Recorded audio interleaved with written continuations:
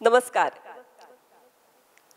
कालनिर्णय दिवाळी पहाट 2022च्या या विशेष कार्यक्रमात आपल्या लाडक्या कालनिर्णयच्या वतीने स्मृतिगंधच्या सर्व रसिक प्रेक्षकांचं हार्दिक स्वागत आणि सगळ्यांना दिवाळीच्या तेजोमय शुभेच्छा. दिवाळी म्हणजे सणांची राणी. दिवाळी म्हणजे आपण वर्षभर ज्याची आतुरतेने वाट पाहतो असा मोठा सण, खरं तर आनंद पर्व. जरा गमतीने बघायचं झालं तर दिवाळी हा चा अनुप्रास आहे असंही म्हणता येईल. म्हणजे बघा ना, दिवाळी म्हणजे दिव्यांच्या ओळी, दिवाळी म्हणजे उठण्याच्या आंघोळी, दिवाळी म्हणजे दारात रांगोळी, दिवाळी म्हणजे फराळाची थाळी, चकली, चिवडा आणि कडबोळी. आणि संगीत आणि साहित्य प्रेमींसाठी दिवाळी म्हणजे कालनिर्णयचा दिवाळी अंक आणि दिवाळी पहाटेच्या अशा कार्यक्रमात कानी पडणारी भूपाळी. रात्रीचा प्रहर संपून दिवसाचं स्वागत करण्याचं जागृतीचं गाणं म्हणजे भूपाळी. खरं तर परमेश्वर हा सर्वसाक्षी आहे, सतत जागृतच असतो. तोच तर चैतन्याचं रूप आहे. पण भक्तीचा भोळा भाव असा की भक्त स्वतः उठतो, जागा होतो, तसंच आर्जवाने तो देवाला सुद्धा उठवतो आणि त्यासाठी भूपाळी गातो. सर्व देवतांमध्ये अग्रपूजेचा मान आहे तो अर्थातच विद्येची देवता कलाधिपती श्री गणेशाला. आज आपणही भूपाळीने कार्यक्रमाची सुरुवात करणार आहोत आणि ती करत असताना श्री गणेशाला वंदनही करणार आहोत. भूपाळीच्या माध्यमातून तर ते करणार आहोतच, पण त्याआधी श्री गणेशाला काव्यमय वंदन करूया. आता मी आपल्यासमोर जो सादर करणार आहे तो आहे मराठी कटाव. 17व्या शतकात झालेले संत कवी आणि कीर्तनकार अमृतराय यांनी लिहिलेला. आपले अतिशय प्रसिद्ध असे संगीत मर्मज्ञ अशोकजी रानडे या कटावाचं वर्णन फार छान करतात. ते म्हणतात, मराठी भाषेचं नाद माधुर्य, त्याची अप्रतिम शब्दकळा याचा प्रत्यय तर कटाव देतोच, पण अमृतरायांचा हा कटाव याचं वर्णन अलीकडच्या भाषेत करायचं झालं तर हा चक्क मराठी रॅप आहे असं म्हणूया. तर चला, या माध्यमातून श्री गणेशाला कसं वंदन करता येतंय त्याचा अनुभव घेऊया. ऐका हा. विदंड खंडन विपक्ष दंडन स्वभक्त मंडन सुखात मुनिवर सकल चराचर पावन करी निज प्रसाद देऊन पुरवी मनोरथ विघ्न विनाशक तो आनंदे वंदावा गणनायक मंगलदायक तो. आता यानंतर त्यांनी नाचणाऱ्या गणपती बाप्पाचं बाल गणेशाचं रूप साकारलं आहे. त्यामध्ये आपल्याला त्याची वाजणारी पैंजण तर ऐकू येतीलच, पण त्यांनी जी मेखला घातलेली आहे ती चक्क नाग मेखला आहे. त्यामध्ये नाग आहे, त्या नागाचा श्वासही ऐकू येईल. ऐका.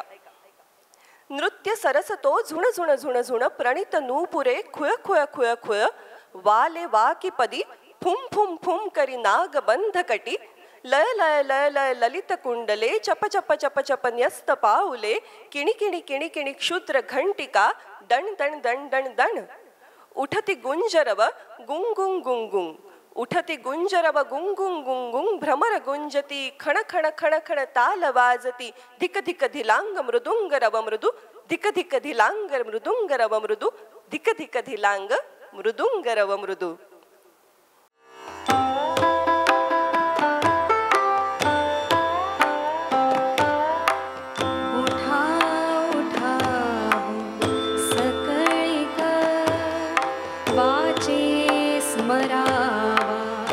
गजमुख उठा उठा सकळिक वाचे स्मरावा गजमुख रिद्धी सिद्धीचा नायक सुखदायक भक्तांची उठा उठा सकळ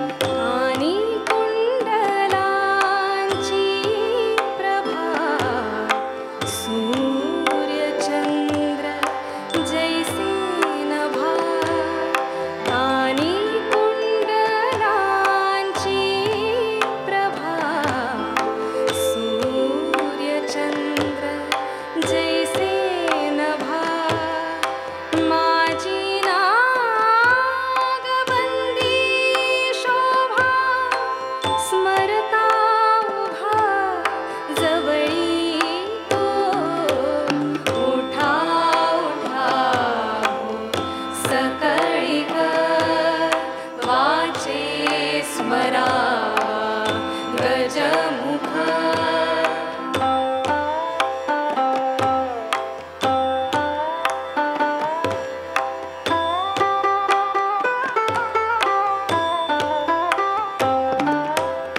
कासे पीतांबराची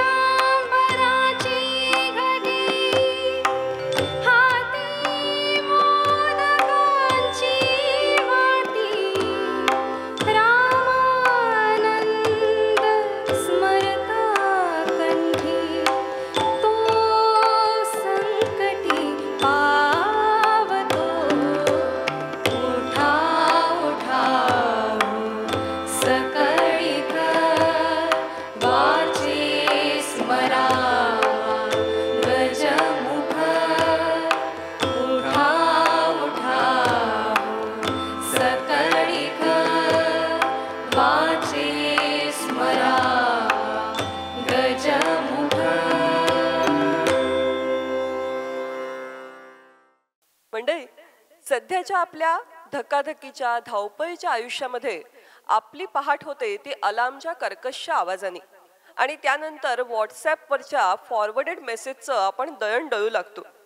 या सगळ्या धावपळीत पहाट कुठेतरी हरवूनच जाते, नाही का? म्हणून तर आपल्याला जाग करत असताना, हो हो खऱ्या अर्थाने जाग करत असताना कवी विनोद इंगळहळीकर म्हणतात, रात्र आपोआप संपते, दिवस आपोआप उजाडतो. बघा, रात्र आपोआप संपते, दिवस आपोआप उजाडतो, पण पहाट मित्रा, पहाट आपोआप होत नसते. रात्र संपून दिवस उजाडण्यापूर्वीच्या मधल्या वेळात आपली पहाट आपण पेरायची असते. रात्र संपून दिवस सुरू होण्याच्या मधल्या वेळात आपली पहाट आपण पेरायची असते. खरंच पहाटेचा क्षण हा असा आपल्याला कमवावा लागतो. आपण तेजाचं असं जागं होऊन स्वागत केलं की ते तेजही आपल्याला गुड मॉर्निंग म्हणतं. तमसोमा ज्योतिर्गमय हे भारतीय संस्कृतीचं ब्रीदच आहे. अंधारातून प्रकाशाकडे वाटचाल आपण करतो. म्हणून तर वैदिक काळातही आपल्या ऋषीमुनींनी उषःसूक्त गाऊन दिवसाचं स्वागत केलं. भूपाळीचे स्वर कानावर पडले की मराठी माणसाला आठवते ती झुंजूमुंजू पहाट. मग आठवतं ते कोंबड्याचं आरवणं, घरातल्या आया बहिणींची लगबग, त्यांचं सडा संमार्जन करणं आणि त्याचबरोबर जात्यावरती ओव्या गाणं. येतो सूर्यनारायण माझ्या तुळशीच्या वर, येतो सूर्यनारायण माझ्या तुळशीच्या वर, त्याच्या उजेडात न्हात माझं इवलस घर. घर भरलेलं माझं सोन्यासारखं सासर, घर भरलेलं माझं सोन्यासारखं सासर, त्याच्या साजिऱ्या बोलाने दळे जात्याची घरघर, दळे जात्याची घरघर. अर्थात आता जातो कुठे, अंगण कुठे, या सगळ्या केवळ आठवणीच राहिल्या. पण आजही ही अशी मराठी सुरेल पहाट गीतांमधून दरवळताना आपण अनुभवतो. ऐकूया अशीच एक गीत मालिका. सादर करतायत केतकी आणि ओमकार.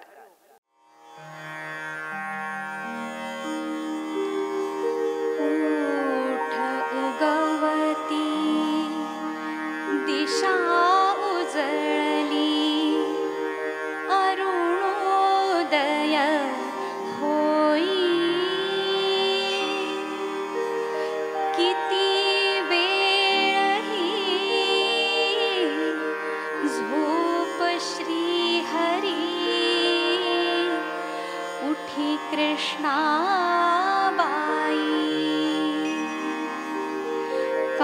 कालिंदीच्या तटी चालल्या जलभरण्या गोपिका,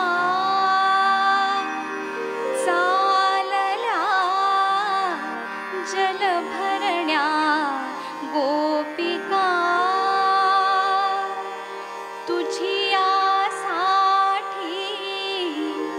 पथी थबकली, अनयाची राधिका.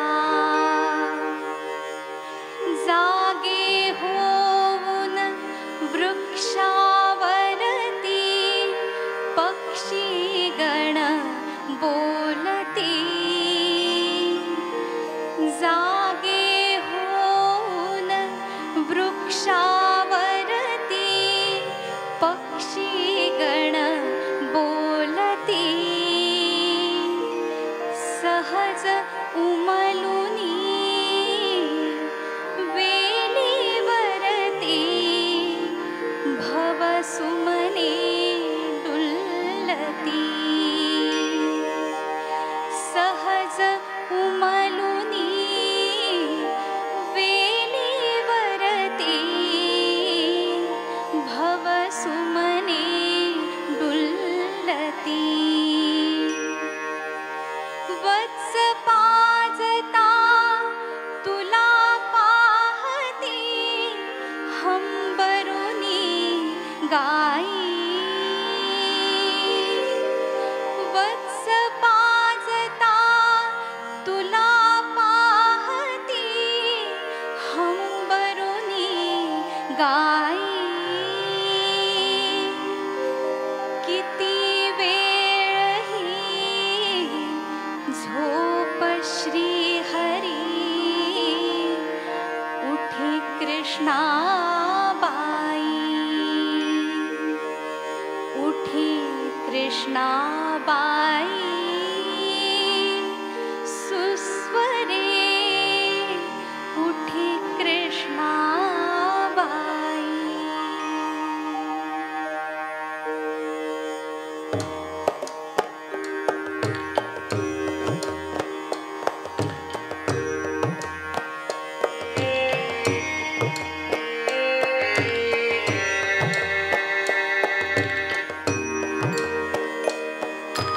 घनश्याम सुंदरा घनश्याम सुंदरा श्रीधरा अरुणोदय झाला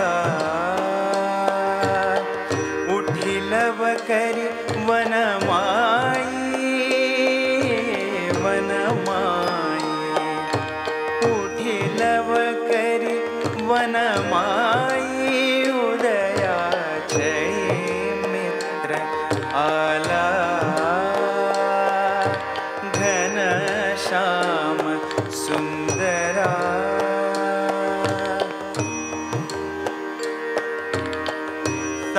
सायंकाळी एके मेळी द्विजगण अवघे वृक्षी अरुणोदय होताच उडाली सरावया पक्षी प्रभात काळी उठुनी कापडी तीर्थपथ लक्षी करुणी सडा सम्मार्जन गोपी कुंभ घेऊनी पक्षी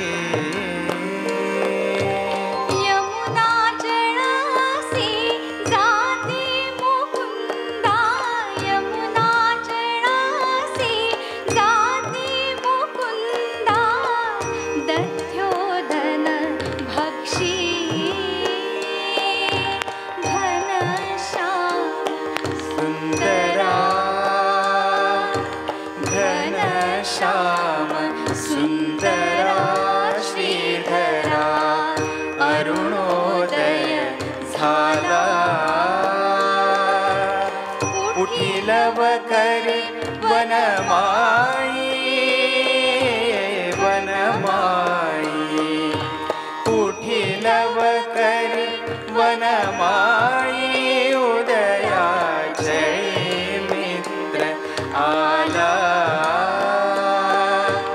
घनश्याम सुंदरा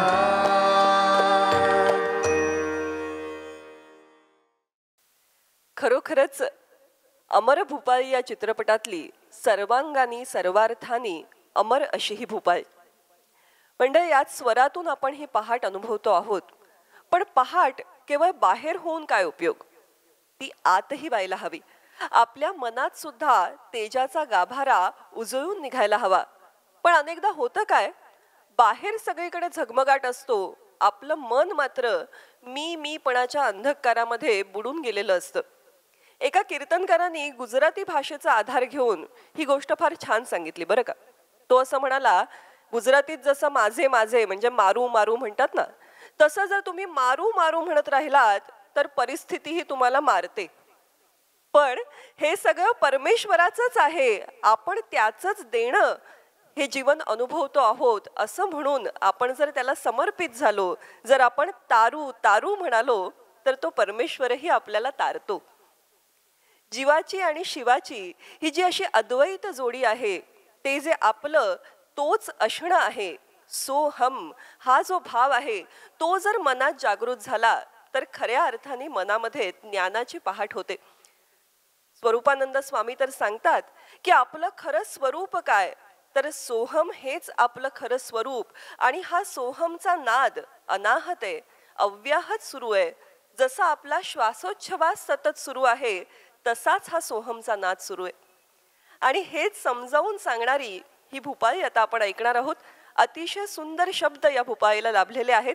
स्वरूपानंद स्वामींचा हा जो तारक मंत्र आहे असं म्हणूया सोहमचा, त्याचा अर्थ विशद करणारी अशी ही भूपाळी लिहिली आहे श्रीराम आठवले यांनी. आणि या भूपाळीची मूळ गायिकाच आज आपल्यासाठी ती सादर करते. ऐकूया शमिकाकडून.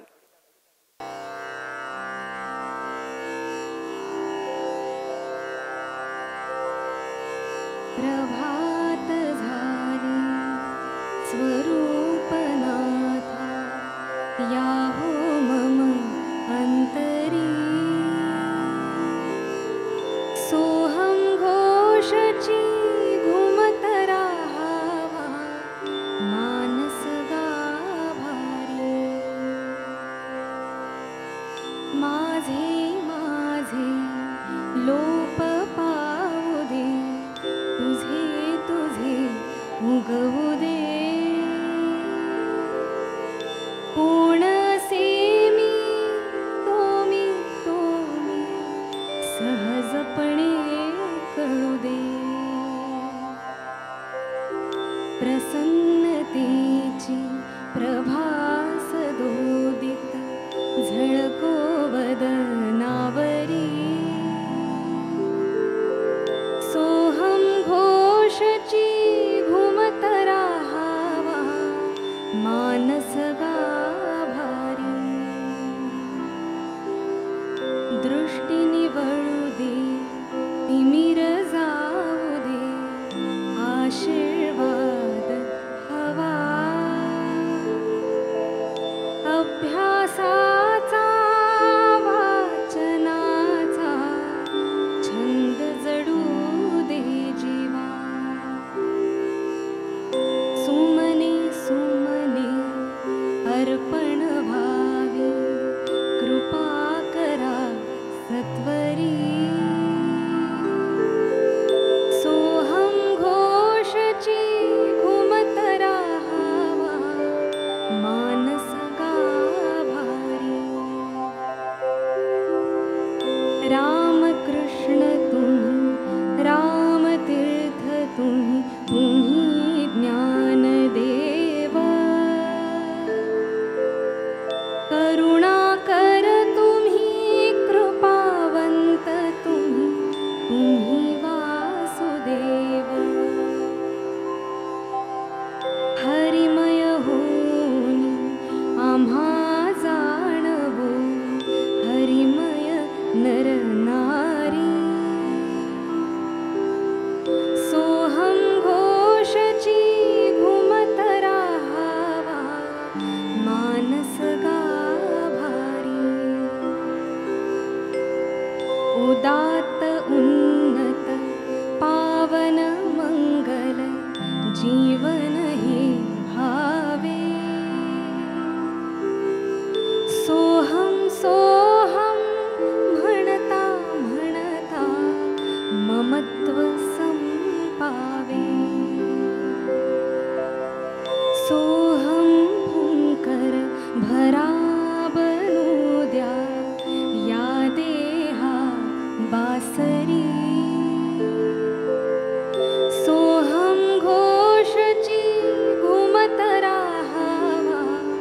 मानस गाभारी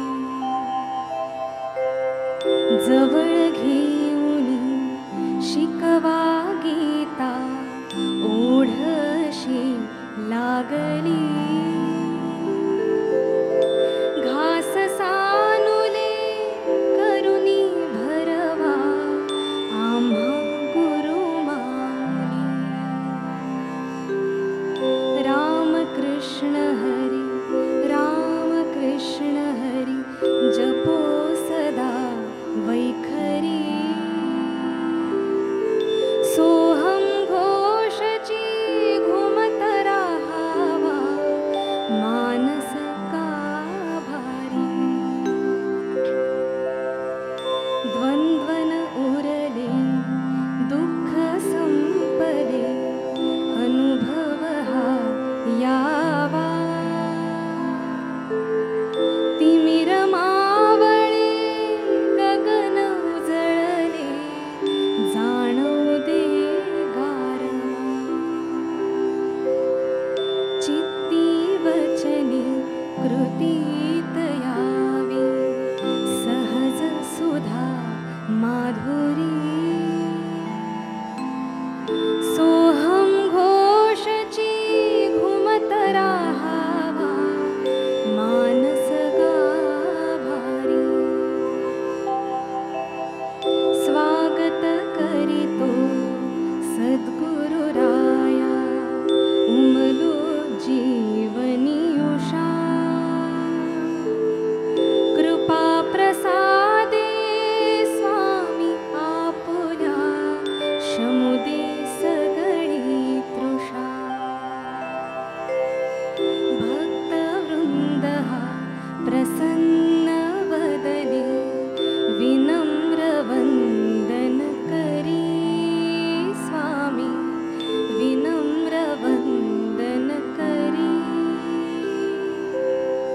सोहम घोषची घुमत राहावा मानस गाभारी राहावा मानस गाभारी राहावा मानस गाभारी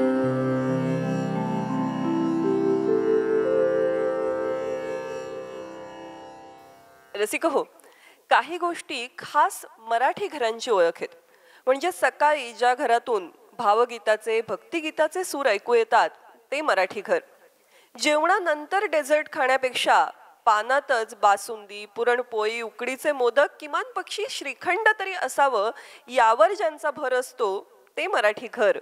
आणि दिवाळीच्या पाडव्याच्या दिवशी पूजा करत असताना पुढच्या वर्षी म्हणजे येणाऱ्या वर्षी जानेवारीमध्ये जे भिंतीवर लावायचं त्या कालनिर्णयवर कुंकवाची बोटं उठतात ते मराठी घर. अगदी परदेशात जरी मूल राहत असेल तर त्याला फराळाबरोबर कालनिर्णय सुद्धा पाठवलं जातच. आणि तसंच रविवारी मॉलला जाऊन शॉपिंग करण्यापेक्षा किंवा सिनेमा पाहण्यापेक्षा एखादं नाटक पाहूया यावर सगळ्यांचं एकमत होतं ते मराठी घर. नाटकावर आणि त्याचबरोबर नाट्य संगीतावर मराठी माणसाचं असलेलं प्रेम जगजाहीर आहे. असेल पाश्चात्य लोकांकडे म्युझिकल्स असतील ऑपेरा असेल, आमच्याकडे मराठी संगीत नाटक आहे. विष्णुदास भावेंनी अण्णासाहेब किर्लोस्करांनी दिलेला हा वसा बालगंधर्व, केशवराव भोसले, मास्टर दीनानाथ, मास्टर कृष्णराव, गोविंदराव टेंबे या सगळ्यांनी महाराष्ट्राचं सांगीतिक पालन पोषण केलं, आपले कान घडवले. आणि आजही या संगीत युगाची जादू त्याचं गारूड महाराष्ट्रावर आहे. याचं कदाचित एक महत्त्वाचं कारण पंडित जितेंद्र अभिषेकी नावाचं गोमांतकीय चांदणं या महाराष्ट्र भूमध्ये परसलं. अर्थात त्यांना साथही तशीच लाभली. मग पुरुषोत्तम दारव्हेकर मास्तर असतील, विद्याधर गोखले असतील, पंडित राम मराठे असतील, पंडित वसंतराव देशपांडे असतील, प्रसाद सावकार असतील, रामदासजी कामत असतील, फैयाज असतील, आशालता वाबगावकर असतील, किती किती नावं घ्यावीत. या सगळ्या मंडळींनी आधुनिक काळात तेच संगीताचं सुवर्णयुग महाराष्ट्रामध्ये गाजतं ठेवलं. आणि म्हणून आज वेबसिरीजच्या आणि OTTच्या जमान्यात सुद्धा संगीत नाटकांचे प्रयोग होतात.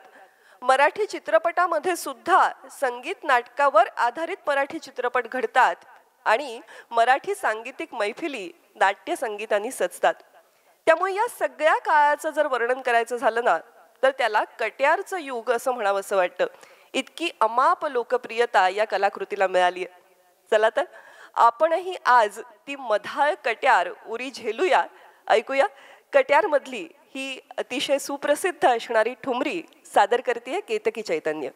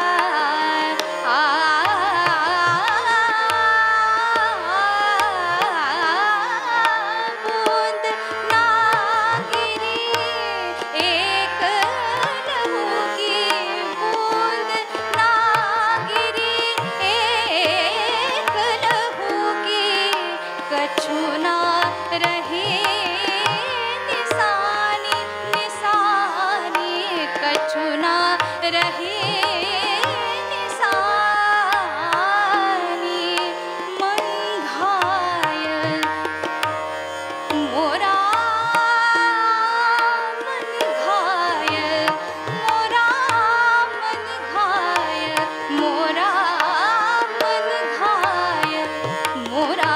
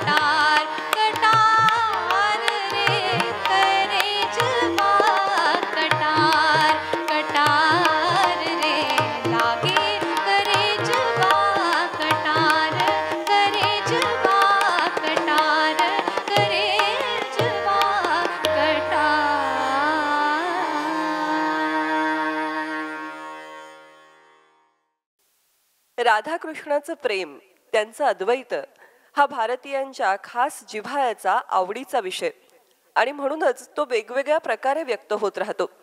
कधी शिल्पातून व्यक्त होतो, कधी चित्रातून व्यक्त होतो, नृत्यातून, गीत संगीतातून व्यक्त होतो, काव्यातून व्यक्त होतो.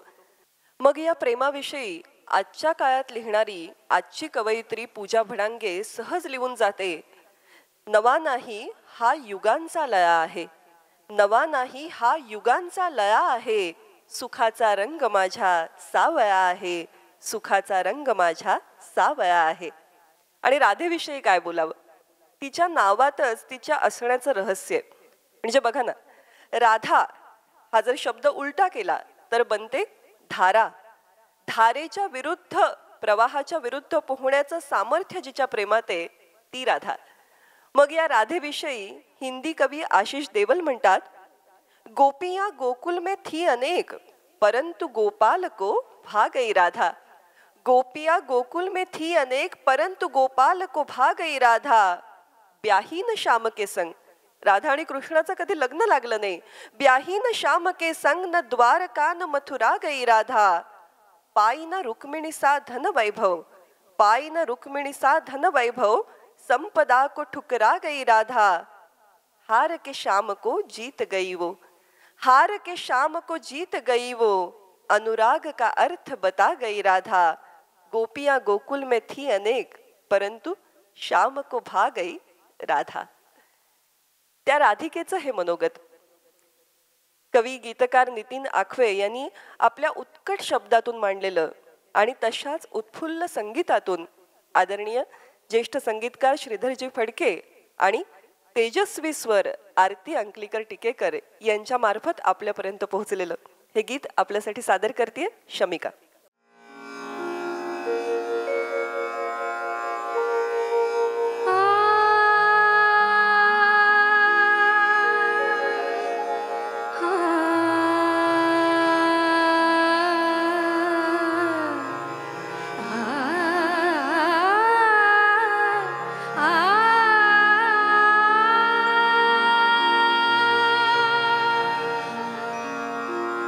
मी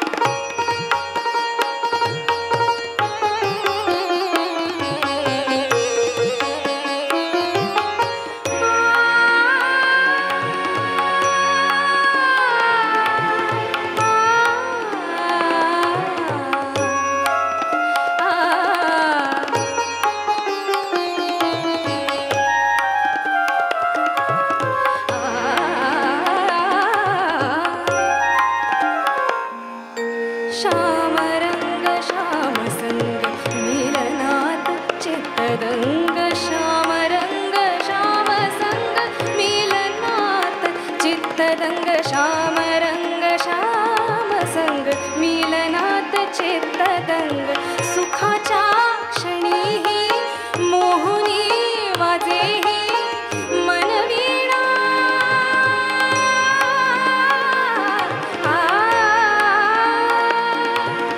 मंत्रमुग्ध मोहरले मी राधिका राधिका प्रेमिका.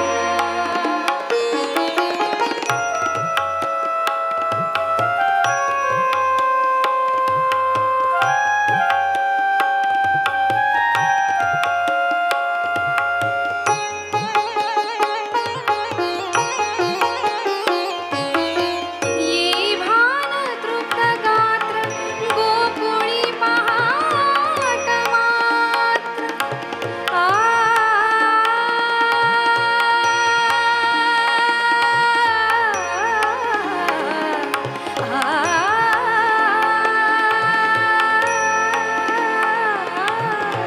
ये भान तृप्त गात्र गोकुळी पहाट मात्र पुन्हा हे सांगू मी कसे हे सांगू मी कुणा हे सांगू मी कसे हे सांगू मी उमजेना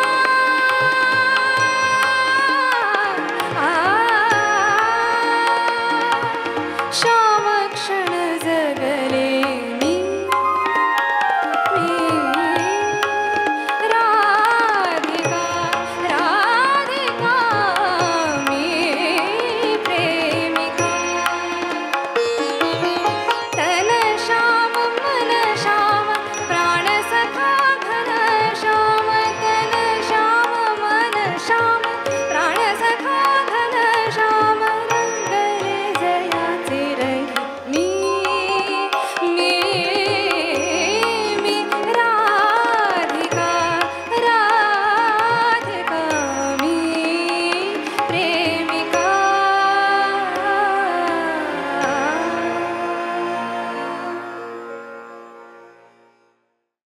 रसिक हो, 2022 हे वर्ष ज्येष्ठ नाटककार वसंतराव कानेटकर यांचं जन्मशताब्दी वर्ष. त्यांनी एक नाही दोन नाही तब्बल 42 व्यावसायिक नाटकं लिहिली आणि या सगळ्याच नाटकांनी लोकप्रियतेचा यशाचा उच्चांक गाठला. अगदी आजही रंगभूमीवर त्यांच्या नाटकाचे प्रयोग होतच आहेत. कुठे अश्रूंची झाले फुले रंगात आलं असेल, कुठे रायगडाला जेव्हा जाग येते, कुठे प्रेमा तुझा रंग कसा, तर कुठे लेकुरे उदंड झाली. त्यांनी हाताळलेले विषय, त्यांनी नाटकाला दिलेली ट्रीटमेंट, वेगवेगळे नाटकात केलेले प्रयोग याविषयी काय बोलावं. म्हणजे मैंने कुछ अलग सोचा है, कुछ हटके सोचा है असं म्हणणाऱ्या माणसाला चक्कर यावी इतके प्रयोग त्यांचे करून झाले. या नाटकामध्येही त्यांनी असाच प्रयोग केला. त्यांनी संगीत नाटक लिहिलं आणि या नाटकाला संगीत द्यावं म्हणून एका तरुण संगीत दिग्दर्शकाकडे ते संहिता घेऊन गेले. मला वाटतं तो काळच विलक्षण होता. ही अशी माणसं बनवणं परमेश्वरांनी आता बंद केलं असावं. म्हणजे पहा, या संगीतकाराकडे हे पहिलंच नाटक संगीतासाठी आलेलं. नुकताच त्यांनी आकाशवाणीच्या नोकरीचा राजीनामा दिला होता. अशा परिस्थितीत समोरून नवं काम येतं आहे, पण त्यांनी संहिता वाचली आणि तो भारावून गेला आणि कानेटकरांना म्हणाला, अहो कानेटकर, हे गद्यच इतकं पॉवरफुल आहे, यात कशाला घालता गाणी. समोरच्या कलाकृतीला आपल्या स्वार्थाचा विचार न करता अशी मनमुराद दाद देणं हे खऱ्या कलावंताचं लक्षण आहे. आणि तो संगीतकार म्हणजे पंडित जितेंद्र अभिषेकी बुवा. अर्थातच त्या नाटकातल्या पदांना चाली झाल्या, ते संगीत नाटक म्हणूनच आपल्या समोर आलं आणि ते नाटक ज्यांनी मराठी रंगभूमीवरती इतिहास घडवला ते नाटक म्हणजे संगीत मत्स्यगंधा. ऐकूया त्याच नाटकातलं हे अतिशय सुंदर पद. आज हे पद आपल्यासाठी सादर करतोय ओमकार प्रभू घाटे. ओमकार खरं तर शास्त्रीय संगीताचा अभ्यासक आहे, शास्त्रीय संगीत गायक आहे आणि त्यामुळे त्याच्याकडून नाट्यसंगीत ऐकत असताना त्याची ती तयारी आपल्याला निश्चित अनुभवायला येते आणि म्हणूनच त्याच्याकडून नाट्यसंगीत ऐकायला आपण सगळे उत्सुक असतो. तर आज या संधीचा जरूर फायदा घेऊया. ऐकूया. हे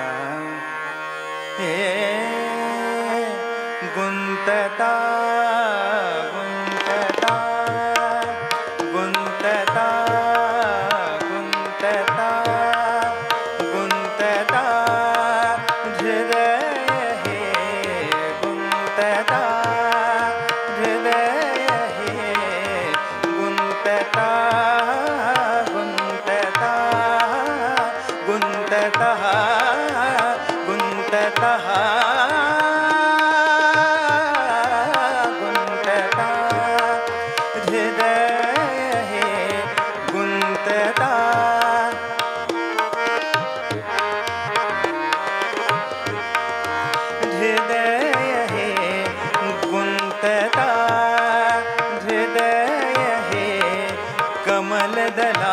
कमलदलाच्या पाशी गुंतता हृदय हे कमलदलाच्या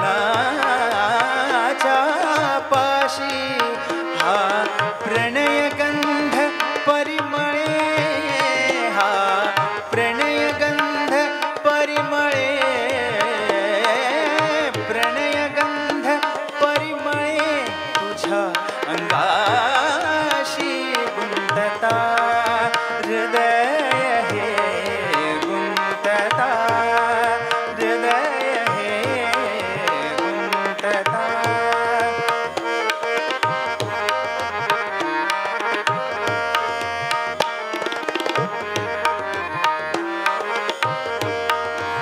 या इथे जाहला या इथे जाहला या इथे जाहला संगम दो सरितांचा या इथे जाहला संगम दो सरितांचा या इथे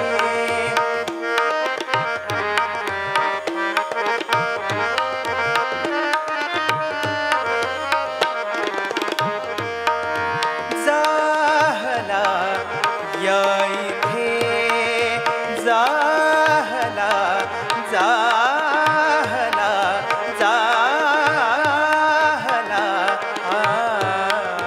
या इथे जाहला संगम दो सरितांचा या इथे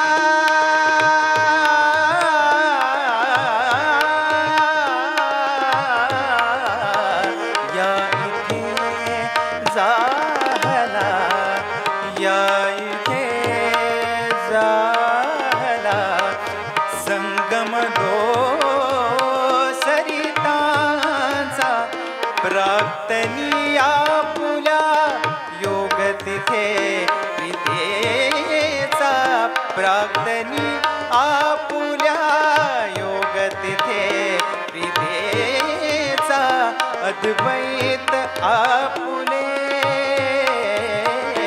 अद्वैत आपुले घडताया तीर्थाशी अद्वैत आपुले घडताया तीर्थाशी अद्वैत आपुले घडताया तीर्थाशी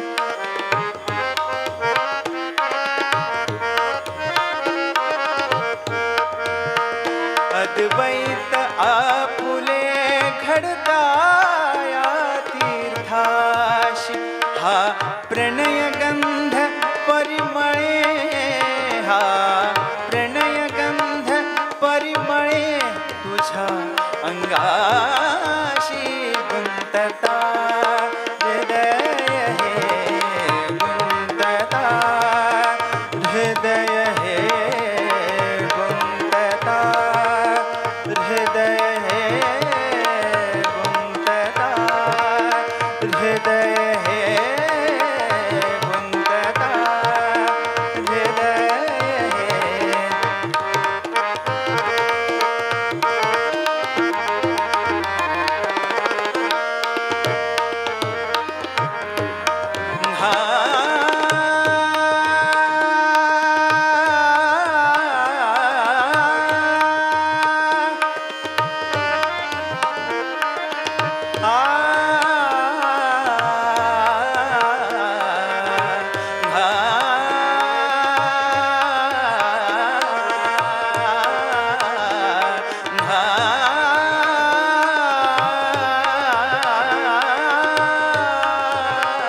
दुर्दैवे आपण दुराबलो या देही दुर्दैवे आपण दुराबलो या देही दुर्दैवे आपण दुराबलो या देही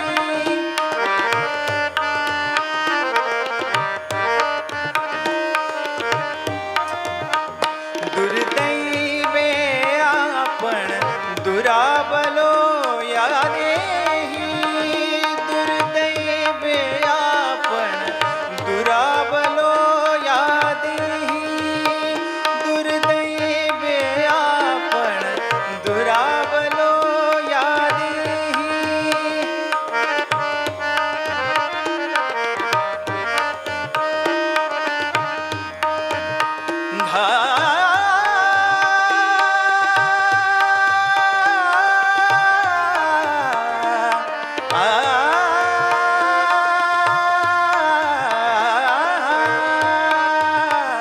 दुर्दैवे आपण दुराबलो या देही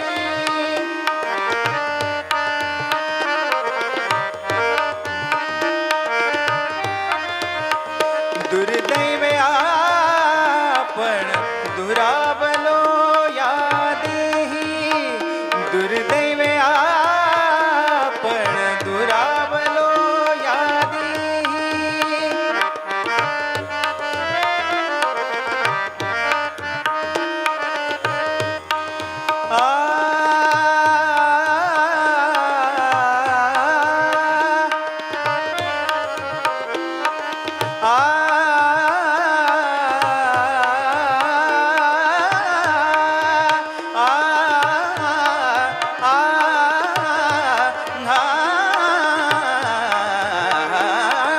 दुराबलो या देही दुर्दैवे आपण दुराबलो या देही सहवास संपता डागळे ऋण देही सहवास संपता डागळे ऋण देही स्मर एकच तेव्हा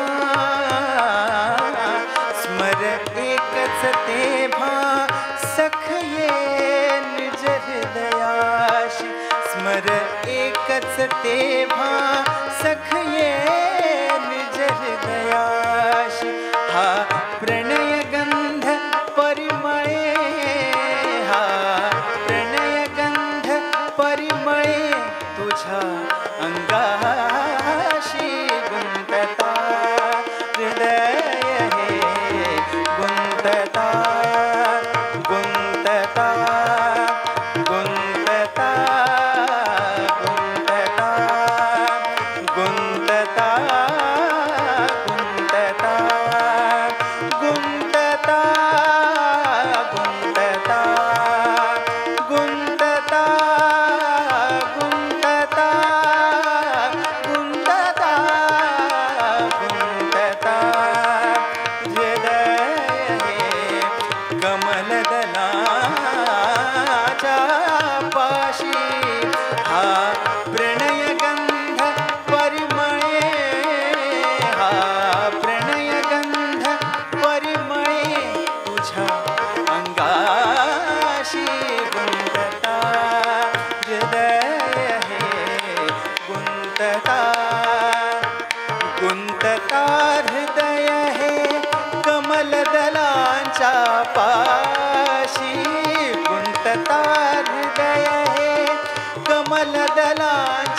पाशी गुंतता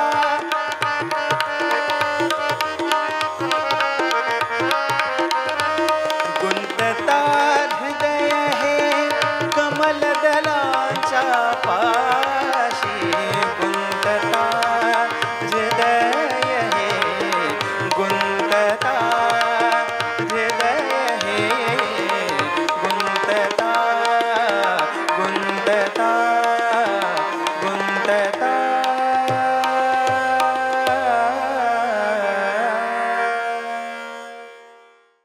जसं आपलं राधाकृष्णावर प्रेम आहे तसंच राम सीतेवर सुद्धा.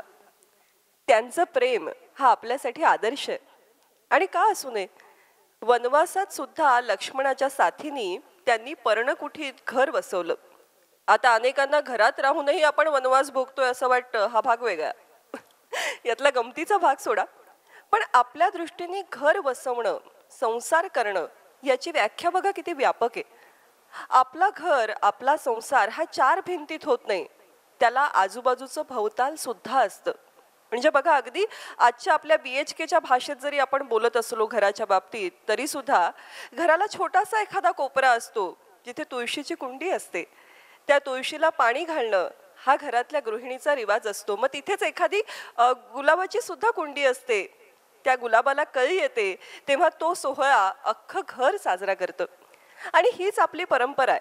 म्हणून तर कण्वमुनींची शकुंतला सुद्धा आपल्या तपोवनातल्या प्रत्येक वृक्षावरती आपलं भावंड असावं तसं प्रेम करते. कालिदासाचा यक्ष जेव्हा घराच्या आठवणी काढतो तेव्हा त्याला बायको बरोबर घराचं मागचं अंगण आठवतं, तिथली वापी आठवते आणि तिथे येणारे हंस आठवतात. आपण सुद्धा नाही का हौसेनी आपल्या घरी एखादा पोपट आला की त्याचा फोटो काढून FB वरती टाकतो. त्यातलाच प्रकार हा. म्हणजे घर, संसार हे असं निसर्गाशी जोडून घेणं ही आपली इको फ्रेंडली परंपरा आहे असं म्हणा ना. आता गंमत बघा, हे आपण जे नाट्यपद ऐकणार आहोत, खरं तर प्रसंग काय, सीता झाडांना पाणी घालतीये, पण त्याच प्रसंगाचं भावगीत झालंय. ऐकूया.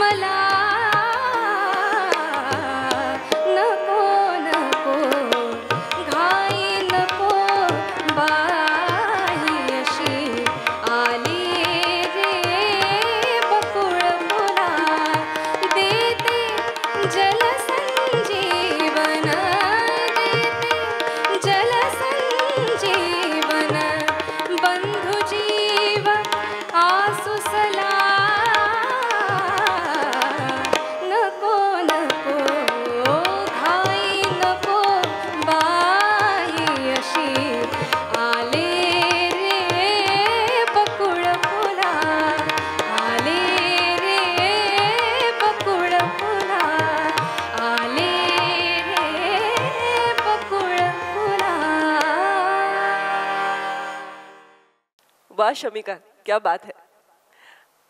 हे नाटक म्हणजे धाडीला राम तिने का मनी आणि त्या नाटकातली सीता म्हणजे आशाताई खाडीलकर हे रसिकांच्या मनात अगदी पक्क झालेलं समीकरण आहे. मंडळी, खरं तर देवाची व्याख्या करणं ही फार अवघड गोष्ट आहे. म्हणजे म्हटलं तर तो चराचरात आहे, सर्वत्र आहे, पण तरी सुद्धा आपण त्याला पाहू शकत नाही, म्हणून अनेकदा तो आहे की नाही यावरची चर्चा रंगात येत असते. कुसुमाग्रजांची एक गोड कविता आहे. या कवितेत ते नक्षत्रांना विचारतात की तुम्ही तर संपूर्ण ब्रह्मांड फिरत असता, मग परमेश्वर आहे किंवा नाही या प्रश्नाचं उत्तर तुम्हाला तरी माहिती आहे का? ते म्हणतात, मी एक रात्री त्या नक्षत्रांना पुसले, परमेश्वर नाही घोकत मम मन बसले, परी तुम्ही चिरंतन विश्वातील प्रवासी, परी तुम्ही चिरंतन विश्वातील प्रवासी, का चरण केधवा तुम्हास त्याचे दिसले, का चरण केधवा तुम्हास त्याचे दिसले. त्यावर नक्षत्रांनी उत्तर दिलं, स्मित करून म्हणाल्या मला चांदण्या काही, स्मित करून म्हणाल्या मला चांदण्या काही, तो मुक्त प्रवासी फिरत सदोदित राही, उठतात तमावर त्याची पाऊल चिन्हे, उठतात तमावर त्याची पाऊल चिन्हे, त्यांनाच पुससी तू तो आहे किंवा नाही, त्यांनाच पुससी तू तो आहे किंवा नाही. अरे आम्ही कोण आहोत? आम्ही नक्षत्र म्हणजे तो परमेश्वर चालत गेला ना ती पदचिन्ह आहोत. आम्हालाच काय विचारतोस परमेश्वर आहे किंवा नाही? परमेश्वर शोधायचा तर आपल्यालाच तो शोध घ्यावा लागतो. असा शोध घेतला तर परमेश्वर सापडतो नक्की. या बाबतीत बहिणाबाईंनी फार छान म्हटले, भयाची आणि परमेश्वराची, कारण परमेश्वर अभयदाता आहे ना, म्हणून भय आणि भेव आणि देव याच्यामध्ये तुलना करताना त्या म्हणतात, जे दिसतं पण असत नाही ते भेव, जे दिसतं पण असत नाही ते भेव, आणि जो असतो पण दिसत नाही तो देव. असा हा न दिसणारा देव तरीही आपल्या अवतीभोवती असणारा, त्याचं हे गीत. शब्द आहेत कविवर्य बाभ बोरकरांचे आणि संगीत आणि स्वर, मूळ स्वर जितेंद्र अभिषेकी बुवांचा. म्हणजे एका अर्थाने मराठी आसमंतात भारलेला हा गोमांतच म्हटला पाहिजे. ऐकूया.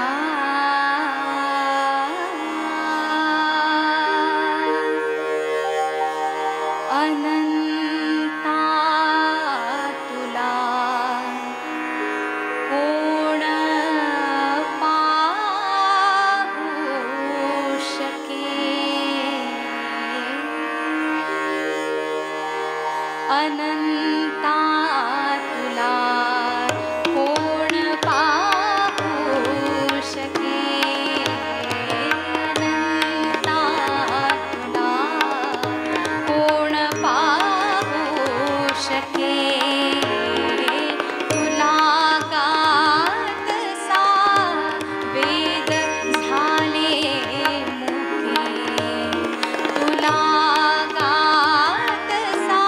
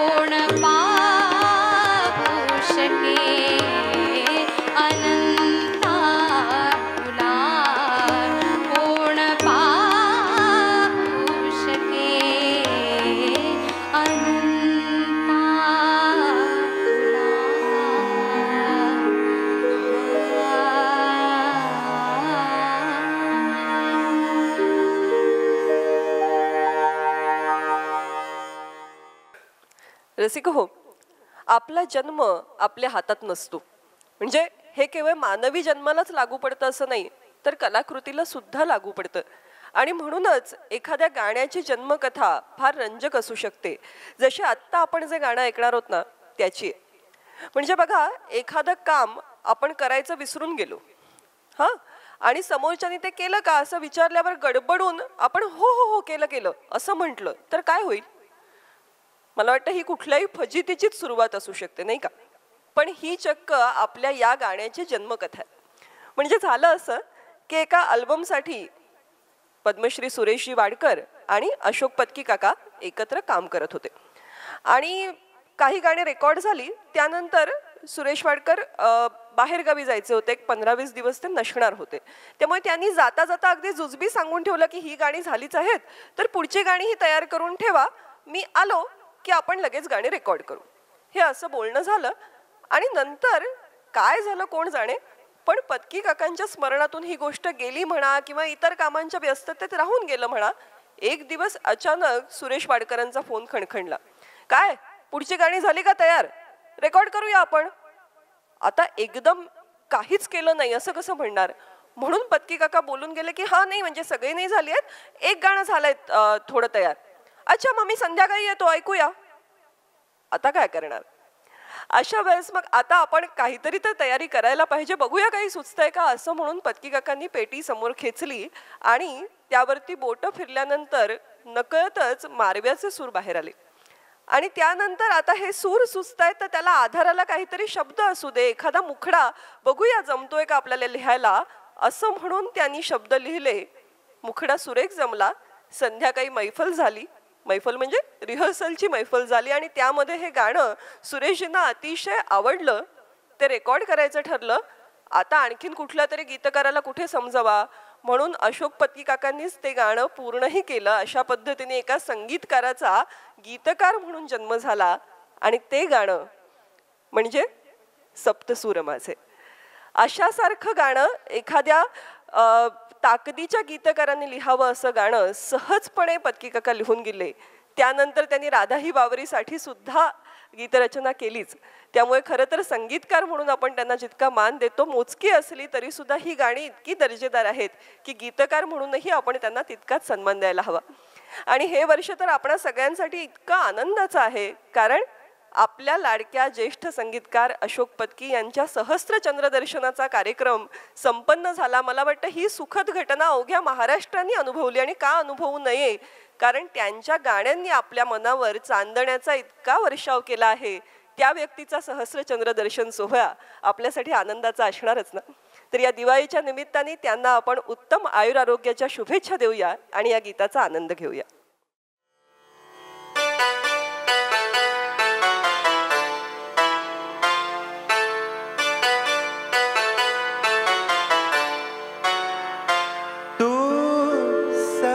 सूर माझे, तू श्वास अंतरेचा, तू सप्तसूर माझे, तू श्वास अंतरेचा,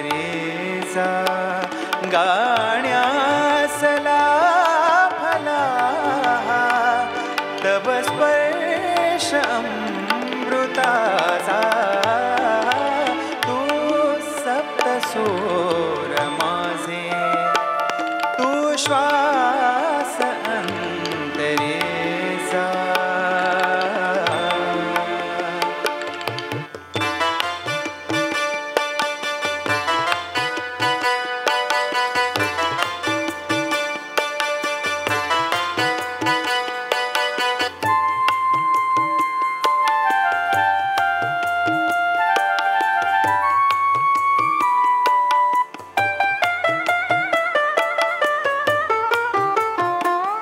जागेपणी मी पाहिले ते सत्य सारे देखणे,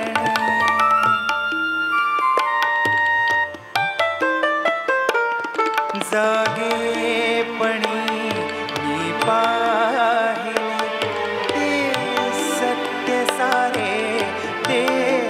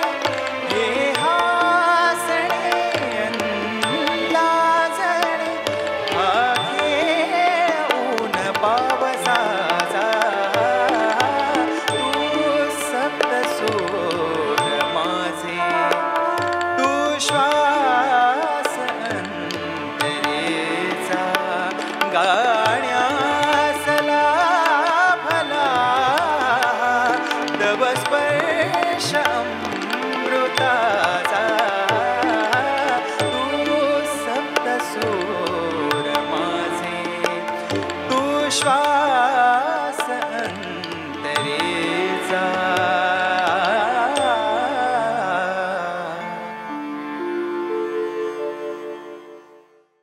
रसिक हो, आपला महाराष्ट्र म्हणजे संत पंत तंतांचा महाराष्ट्र म्हणून ओळखला जातो. यातले तंत म्हणजे अर्थातच शाहीर. आपण आत्ता अमर भूपाईमधली घनश्याम सुंदरा ही भूपाई ऐकली. ही रचना शाहीर होनाजी बाळा यांची. शाहीर होनाजी म्हणजे होनाजी सयाजी शिलारखाने.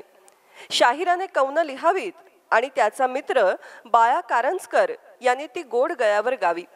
या दोघांची कला, त्यातली त्यांची एकी आणि त्यांची मैत्री इतकी घट्ट होती की शाहिरांचं नावच झालं होनाजी बाळा. खरं तर शाहीर म्हणजे गवळ्याचं पोर, पण या गवळ्याच्या पोराने उत्तर पेशवाईमध्ये पेशव्यांचा दरबार आपल्या कलेच्या जीवावर गाजवला. तमाशामध्ये शास्त्रीय संगीताचं कोंदण चढवलं ते शाहीर होनाजी बाळा यांनी. तबल्याच्या ठेक्याचा वापर सुद्धा त्यांनीच सुरू केला. एका गवळ्याच्या पोराचा हा इतिहास जाणल्यानंतर ही कथा अवघ्या महाराष्ट्राला सांगितली पाहिजे असा मोह चित्रपती व्ही शांतारामांनाही झाला आणि त्यातूनच जन्माला आला वसंत देसाई यांच्या संगीताने नटलेला, पंडितराव नगरकर, लता दिदी, आशा भोसले यांच्या स्वराने खुललेला अजरामर चित्रपट अमर भूपाई. ऐकूया या चित्रपटातलं आणखी एक सुंदर गीत.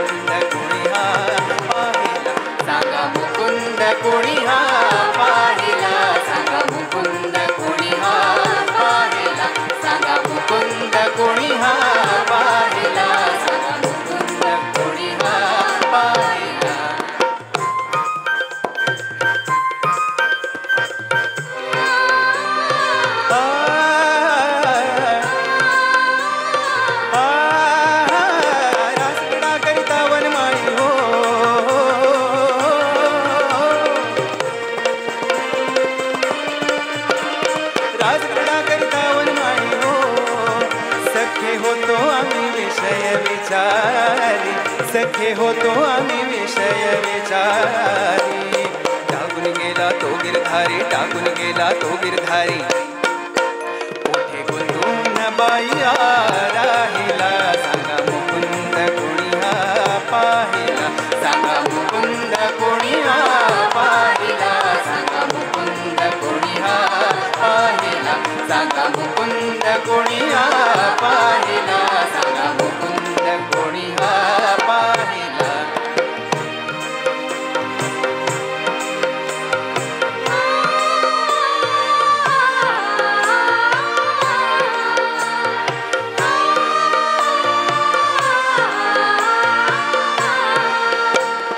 गोपी आळविती हे ब्रजभूषण आहे. गोपी आळविती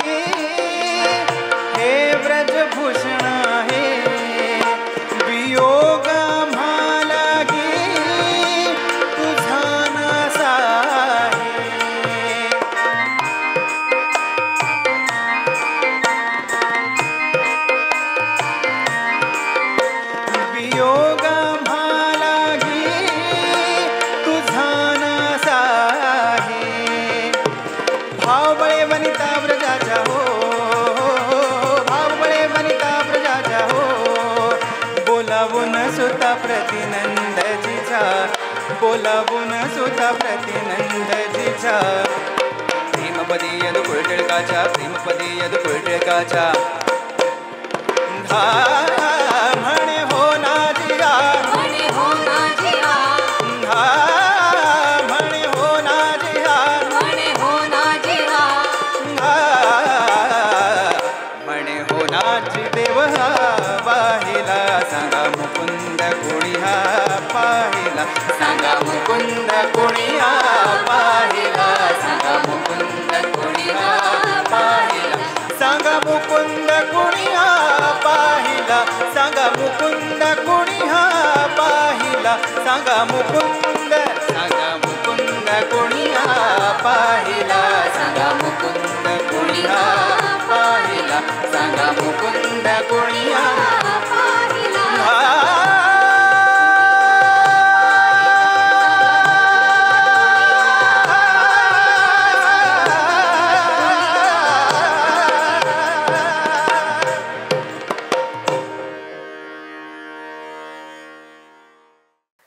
रसिक हो, कालनिर्णय दिवाळी पहाट 2022 या आपण स्मृतिगंधवर अनुभवत असलेल्या दिवाळी पहाटेच्या कार्यक्रमाच्या अगदी शेवटच्या टप्प्यात आपण येऊन पोहोचलो आहोत.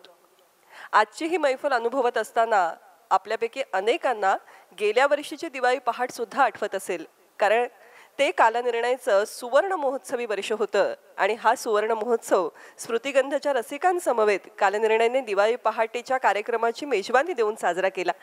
आणि मग त्यातूनच तुमचा जो भरभरून प्रतिसाद मिळाला, त्यातून याही वर्षी अशाच पद्धतीचा कार्यक्रम करावा आणि पुन्हा एकदा हा सुमंगल योग जुळून यावा असं घातलं गेलं.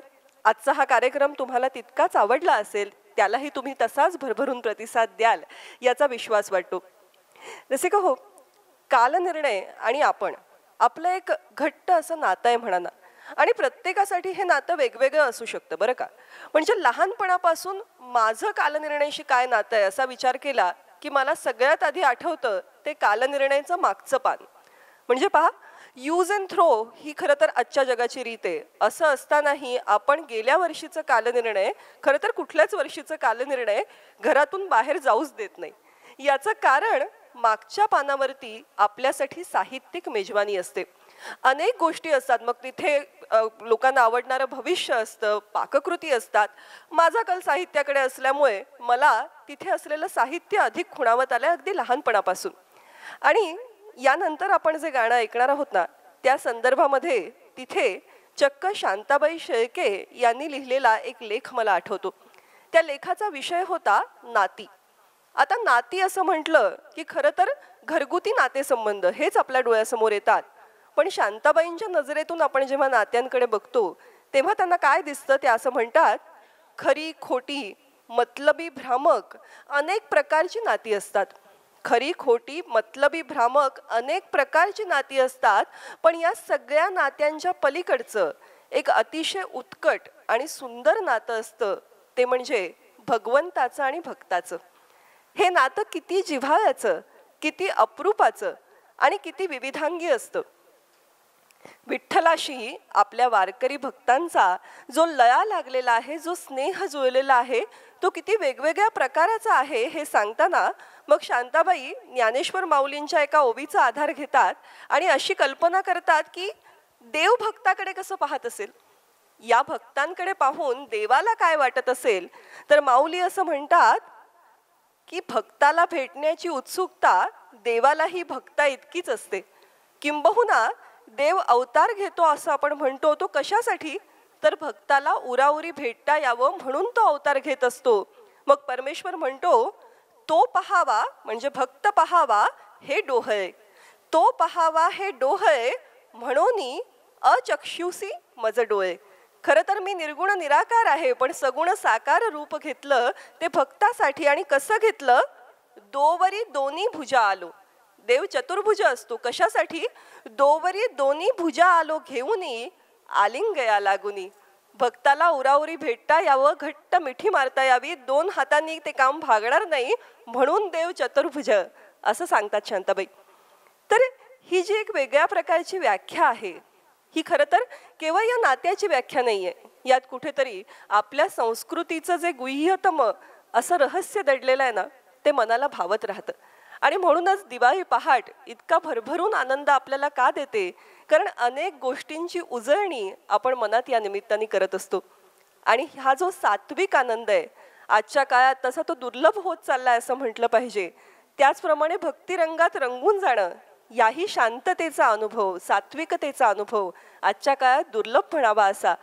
पण आज पहाटे ही सगळी गाणी अनुभवत असताना एक सांस्कृतिक दिवाळी आपण सगळ्यांनी मिळून एकत्र येऊन नक्की साजरी केली असं म्हणता येईल.